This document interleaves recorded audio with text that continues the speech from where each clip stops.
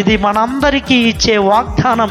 ఈరోజు ఆయన ఏమంటున్నాడంటే, నిజంగా నువ్వే దేవునికి ఆలయమైతే ఆ రోజు శరీర సంబంధమైన ఆలయాన్ని కాపాడడానికి ఆయన ఎంతగా నిలబడ్డాడో, ఈరోజు నీవు దేవుని ఆలయంగా మారిపోతే, నా మందిరము ఎల్లప్పుడూ ప్రజలకు ప్రార్థనా మందిరం అంటున్నాడు.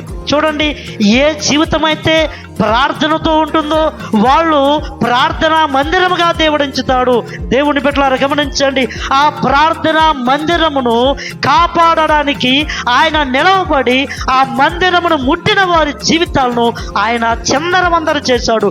ఈరోజు నిజముగా నువ్వు ప్రార్థనా పరుడువైతే, ప్రార్థనా పరురాలువైతే, ఈరోజు దేవుడు అంటున్నాడు, నీ జీవితమునకు ఏ కీడు రాకుండా, ఎవరు ఏ మనిషి నీకు కీడు చేద్దామని ప్రయత్నం చేసినప్పటికీ దేవుడు నీ జీవితంలో ఏది తాకకుండా ఆయన నిన్ను కాపాడేవాడై ఉన్నాడు. చూడండి, జకర్యా గ్రంథము 2వ అధ్యాయము 8వ వచనములో దేవుడు ఎలాగో మాట్లాడుతూ ఉన్నాడు, ఎవడైనా నిన్ను ముట్టితే నా కంటిలో పొడిచిన దానితో సమానం అంటున్నాడు. ఆయన సంఘముగా లేదంటే ఆయన ఆలయముగా ప్రార్థనాపరుడుగా నీవు ఉన్నావు కాబట్టి నిన్ను కాపాడడము ఆయన బాధ్యత.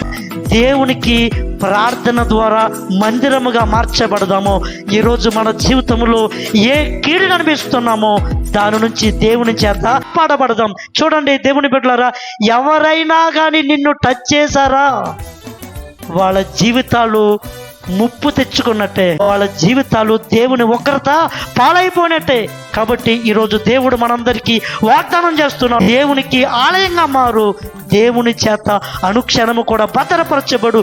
ఆనాడు ఎలీషా చుట్టూ శత్రువులు మూగినప్పుడు శత్రువులకు ఎలీషాకి మధ్యలో దేవుడు అగ్నిరథాలు పెట్టాడు. యోబు చుట్టూ ఆయన ఆ కంచె వేశాడు, సాతాను ముట్టుకోలేకపోయాడు. ఈరోజు నిన్ను కాపాడే బాధ్యత కూడా దేవునిది. కాబట్టి ఈరోజు నీవు దేవుని ఆలయముగా ప్రార్థనా పరుడుగా నిలబ